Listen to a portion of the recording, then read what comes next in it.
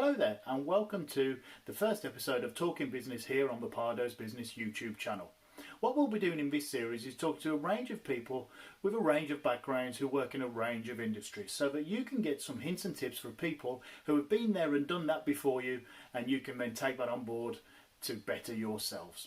And our first episode kicks off with somebody I've worked with a lot before, and that's Anna.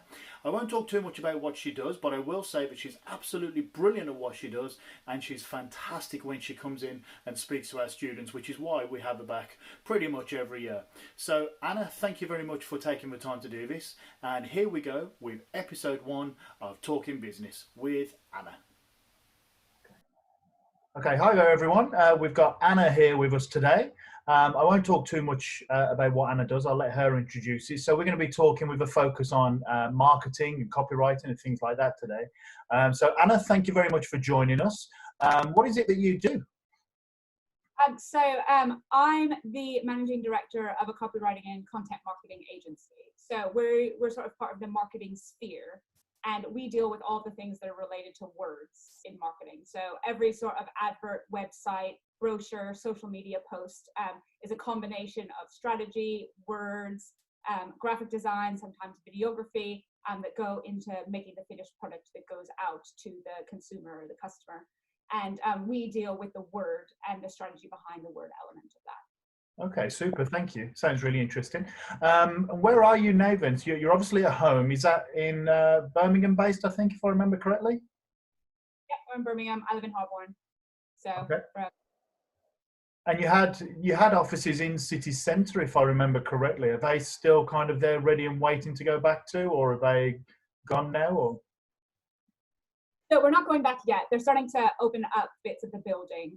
And we've been getting the emails about what's happening with all the new etiquette and everything, what we're going to have to do in lifts, what the flow patterns are going to be around the floors and everything like that. So we'll hopefully be heading back there sooner rather than later. But at the minute, they're trying to space people out going into the building just to help with social distancing. Understandable, yeah. And one last question before we get stuck into the marketing things. What did you study? Did you do a degree or did you stop at college, if you don't mind me asking? I did a degree, and I did a degree in politics, obviously. Doesn't seem like it's directly related to marketing, but actually one of the things that I always say to your students when we've talked before and to other students that I speak to is that marketing doesn't require a degree in marketing by any imagination. It doesn't even necessarily require a degree in business. The important things about marketing are that you can do critical thinking and that you can analyze vast amounts of information, that you can collaborate well in teams, that you can synthesize research.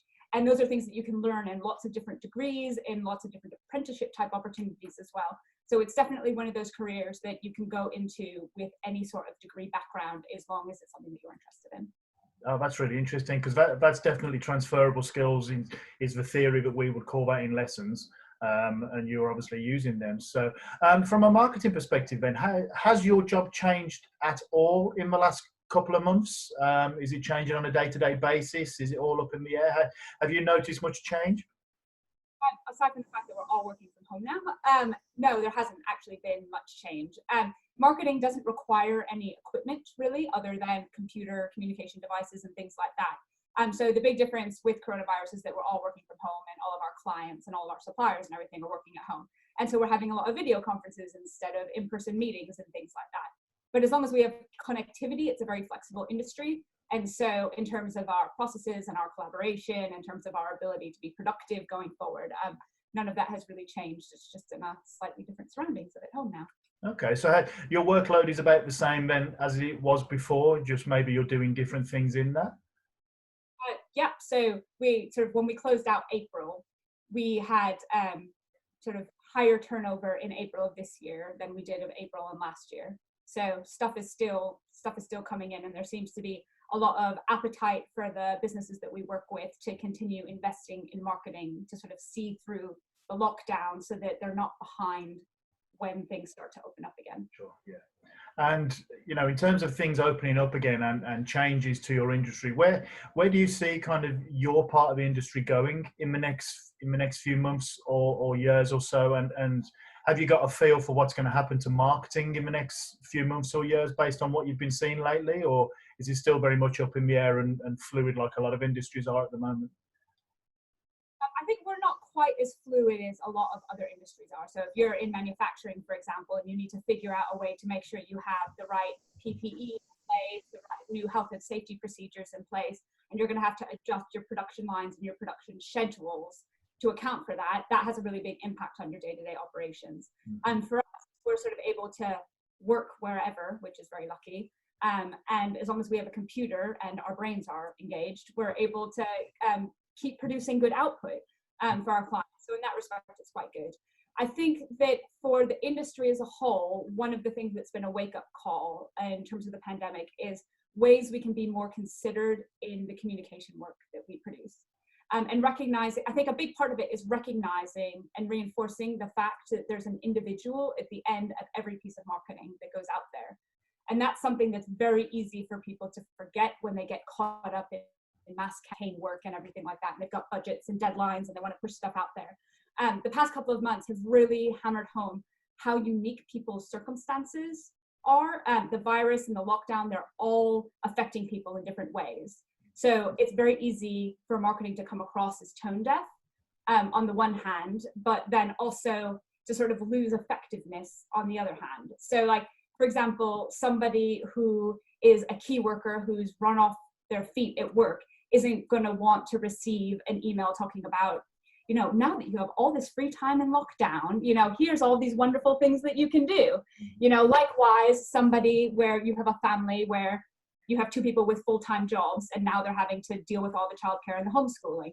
Getting emails like that is kind of jarring because you're like, this person does not understand my situation. Free time is the last thing that I have. Or, you know, somebody who's shielding or even grieving, you know, God forbid, for somebody that's died, then getting marketing talking about, you know, oh, isn't it great that we have all this lovely weather?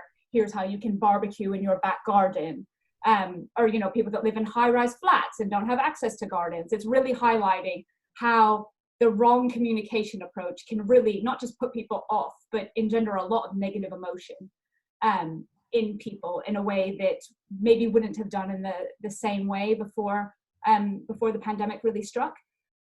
So it's figuring out ways to personalize, segment your marketing, segment your databases, so that you're as much as possible able to personalize and target stuff you're putting out there, so that your marketing, you know, chimes in with what the mood is and makes somebody say, yes, this company sort of gets where I'm at. They're really trying to help me. And the sort of flip side of that is sort of like, how many adverts or emails or social media posts or press releases have you seen now that start out with, you know, something like, in these unprecedented times, we at Business Day Limited, yada, yada, yada, which, you know, that's not differentiating and that's not doing anything for your marketing or in terms of, you know, getting people to engage with you. That's just paying lip service to something. Yeah. It's figuring out how to communicate in that considered way so that marketing still works, because people still do need to buy products and services even in the midst of a lockdown and going forward, and how to make sure that marketing sort of times the right note for all of the different customers that different companies have. So that's where I see a very positive development going forward, is people going back to sort of to basics, to marketing basics, and saying like, right, you know, in terms of our strategy, in terms of the messaging and the words and the images that we're putting out to market, how can we make those as thoughtful and as compelling as possible? Yeah, that's really interesting. I mean, I've always been interested in the ethics of marketing and how things are sold to people. And, you know, from my example, looking at my inbox and the junk emails I get from businesses, telling me to get these t-shirts ready. As you know, I'm an American football fan, and get your t-shirts ready for the start of a season, get your new hat. And it's kind of, you know, really in the back of my mind, the last thing on my mind right now is, wait, let's get ready for, you know, a football season. So, you know, I hope that ethical kind of change comes through to everything. And it's just a tricky one because people still, at least a lot of the things I'm signed up to, they still want your money. You know, they're telling me to go and sit in the garden and enjoy and buy this new barbecue and lawn furniture. You know, what you're talking about is, well, maybe the change needs to come from that. So, you know, fingers crossed it does. Are you seeing that in personal emails and contact to you then and things you get, and you just wish that it would kind of change a little bit? Definitely. I started keeping a file of ones that I think are good and bad. Just sort of, you know, to have to have for reference that we can use as reference for clients, because we're having a lot of people saying we want to send customers an email about coronavirus, and you sort of think, okay, why? Because it's happening. You know, what is it that you need to say to your customers at this time? You know, and let's start from that, as opposed to just, you know, pushing something out there to fill an inbox just because you feel like you should have something out there to acknowledge the fact that it's happening. Does it have to be, and even does it have to be a bit of marketing communication that goes out there? Is there something more helpful you can do for your customers and do for the situation? How can you, and we're seeing that a lot with lots of businesses doing really generous things in terms of corporate social responsibility and donating percentage of the profits of certain things, donating time, donating parts of their production lines, turning over parts of their production lines. So there is a lot of goodwill and a lot of good, you know, people that are acting instead of just talking. And I think that that's something that, you know, in the long run, those businesses are gonna do quite well out of that. Yeah, I think so, because, you know, you do hear before this pandemic, there was a lot of talk about what businesses did, and they would shout about it when the time was right. And now it seems to be not so much believed, but certainly understood that, yeah, they have to be doing something for it. And it's nice to see that you are doing something for it. And I will respect you more as a business if you actually do that and you get stuck in and you help out and things like that. So that's quite interesting to see. And you know, fingers crossed that that is a change that comes forward and these big businesses can help us out on that kind of individual level. So moving on there, I mean, getting towards the end of our questions here, the ones we had scripted anyway. For our students, you know, we normally try and give some advice to our students, and yes, they're not here with us now interrupting your answers, so I suppose I can really let you go on this one. But in terms of, you know, people who are trying to get into marketing, some of our students have a little interest, some of them have a lot. I remember last year you sent an email to one of our students with a load of information, and that was really appreciated. You know, is it still an industry that people should want to work in? Is it changing, growing, exciting, or is it a bit kind of stay away, we don't know what's going to happen, which is what we're hearing about other industries? What's your take on the young professionals who are going to come into the industry at the moment? We need them, definitely. You know, marketing is sort of thing that thrives on new blood and new ideas and new perspectives, because you know, it's not just the cliche of we need somebody who knows how to use TikTok.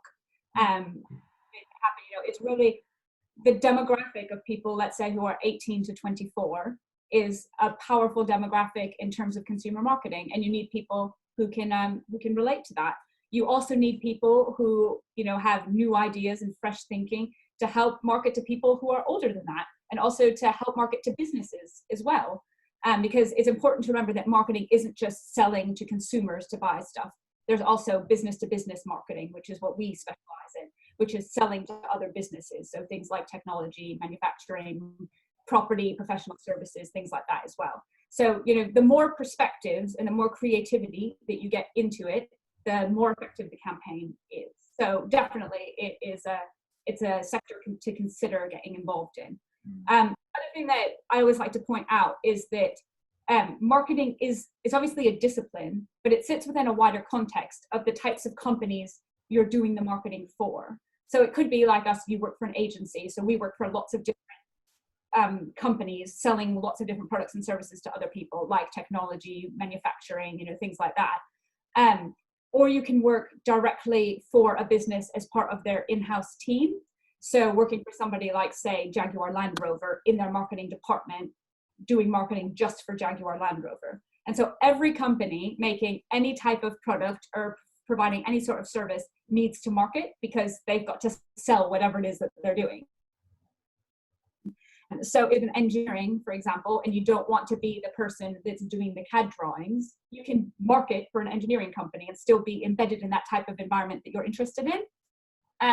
So it's a really good way to, if you're somebody that likes analysis, that likes research, that likes writing, that likes project management, it's a really good way to get involved in an industry without necessarily being that person that you think of as on the front line. Sorry, I was going to say as well, but you've always said, sorry to interrupt. You've always said, and you're a prime example of this, in that you don't have to have that business A-level, B-Tech, whatever on your CV to do it. You know, you've proven that, and you've said it's from multiple disciplines. So it's not a case of being pigeonholed as soon as you're 18, is it? definitely not. And there's lots of, the other thing to remember is there's lots of disciplines within marketing. So you have people like us that are the writers. You also have the graphic designers, the videographers, the data scientists, the project managers. There's a whole host of skills that are involved, and people jump between them all the time. I started my career in account management, and then went into copywriting from there. And that's where I really enjoyed it. So I pursued it that way. So there's a lot of different skills and avenues to get involved in. And like we said, you can really study anything, and then get involved in it. You don't need a degree, definitely. Lots of people go straight into work. I would say that in terms of apprenticeships, this is an area where marketing can really step up compared to a lot of other industries. I think that there's a lot of opportunity to offer more creative apprenticeship type things in school leaver and school leaver opportunities to get involved. So if you find companies that have them and you're interested in that, I would definitely look into that. You tend to find the bigger agencies and the bigger companies are the ones that do that rather than some of the smaller ones. I would say in terms of advice of getting started, there's a lot of, like you said, there's a lot of resources out there in terms of magazines, books, and things you can read to get knowledge about how marketing works. And any of your students are always free to get in touch for advice and direction on that. I would also say work experience is something that's worth pursuing, even if it's not a formal work experience thing like you do for placements when you're college. Just like writing to somebody and saying, can I shadow you for a day or two, just to see what it's like, and be a sort of fly on the wall of what's going on. Because this is something you can put on your CV, and if you're then looking for jobs in it, even if it's not a formal placement, you can say, look, I was there, I was in an office, I saw what people did, and that makes you a much more compelling candidate when it comes to looking for a job. This was the other thing I always say to your students, and I'll take the opportunity to emphasize it again, is that marketing is about sort of salesmanship in print, or on screen or on video or anything, if you like. And part of it is understanding what makes people want to buy things. So I would say 2 tips, like my top tips, if you like, for if you're considering breaking through and trying to get a job or trying to get a placement, is first of all, thinking about your covering letter. And don't be the one that says, hello, my name is John Smith and I'm a student at Joseph Chamberlain College. Don't start it that way. You want the person who's reading your covering letter off the back of that to call you in for an interview. And so you need to think about what they're looking for in their candidate for a placement or something like that. So instead of saying, I am, me, think about how you can rephrase that and turn that around and address the sorts of things you think that the person reading your covering letter is going to want to look for. Are they looking for somebody that has shown initiative, that is involved in activities, is somebody that's organized, that's trustworthy, that has good analysis skills, and then incorporate that into your covering letter to really make yourself stand out. And the other thing is to just take a look around you at all of the different marketing you see, whether that's a social media sponsored post, an Instagram sponsored story, a piece of junk mail that gets put through your letterbox, spam email, the websites that you go on, and think about the things that you see that make you want to do something off the back of it. So like if you see an advert for a pair of trainers and you're like, ooh, I'm going to click on that. What made you want to click on that? And really thinking about what is going on in that marketing or in that advertising that's changing your perception and making you think, I'm going to go through to that next step. And starting to be aware of what those drivers are. That's sort of the way marketers think. And if you can get yourself into the habit of that, that will stand you in really good stead when it comes to the interviews that you do, and then, actually the work that you do in your placement and onward in your career. What fantastic advice there. That is so spot on, something that I could never put into words like that. So thank you so much for that. To build on that a little bit, actually, I saw a thing the other day that said students, if they want to progress, they should actually work for the company before they're hired. And it suggested things like write a press release for that business and their new product, design an advert, make a slogan, design a homepage of an app or something. And if you're feeling confident that it's good enough and things, get in touch with them and say, I'd love to do this work experience that you just been talking about, this volunteer work experience, and do that and get stuck in. And then I guess by going through that process, you'll learn more as an individual. Just, can I write press releases? Can I, do an advert or a homepage of an app? And I think that goes into a bit with what you're saying. Is that a bit too brazen to do that, do you think? Or is that an idea just to kind of get you thinking before you get to work, how you would actually do that work? I think it depends on the type of company that you're applying to and what the culture of that company is. And that's something you can start to glean by going onto their website and looking through their social media and everything like that. If you're like some big corporates, if you were writing to their marketing department and saying like, I thought that your press release could be improved and here's how I would do it. Yeah. I think you'd encounter people saying, well, you know, we've been doing this for a little while. You know, you're somebody that doesn't necessarily have a lot of experience in marketing. That might be a bit of a brazen way to go into it. A slightly more positive way to do it might be to go through something that you think is particularly good and say, here are the reasons why I think this was effective. And do it that way. Part of it is just psychology. People respond well to being flattered. So if you're flattering people as part of the process, you know, that makes people feel good inside and feel more positively towards you. Then at the same time, it shows you how you're thinking critically about the strategy and the process that goes into it. Another thing that I have seen is taking something that's different from the company that you're applying to, but that is similar to that company. So you're not sort of tearing down something that they did, but you're at the same time, again, showing that you have those same critical thinking processes that will add value to them. So I think it's a good exercise to go through. I would just be a little bit wary about the way that you push it out to the company that you're approaching, just to make sure that you seem respectful and seem like somebody who's going to be a team player and who wants to learn, as opposed to somebody who's sort of going in and maybe knows all the answers, which none of us do. Yeah, I agree with that. Yeah, well, that's absolutely fascinating. Thank you so much for taking the time to chat with me and our students today. They'll get a lot out of this, I promise you. Yes, I really appreciate it. We'll keep in touch. And I'll stop recording in a second. We'll stay on for a minute or two, but I'll just say thank you very much, and maybe we'll do this again sometime. Super. So there you go, episode 1 of Talking Business here with Anna. Thank you very, very much to Anna for taking the time to sit down and do this with us. It really is appreciated. And I hope that you viewers got a lot out of that. There's some great hints and tips there if you wanted to work in marketing, and also in general career and life skills there. So I hope you take all those on board. Thanks again, Anna, and we'll see you all on the next episode of Talking Business.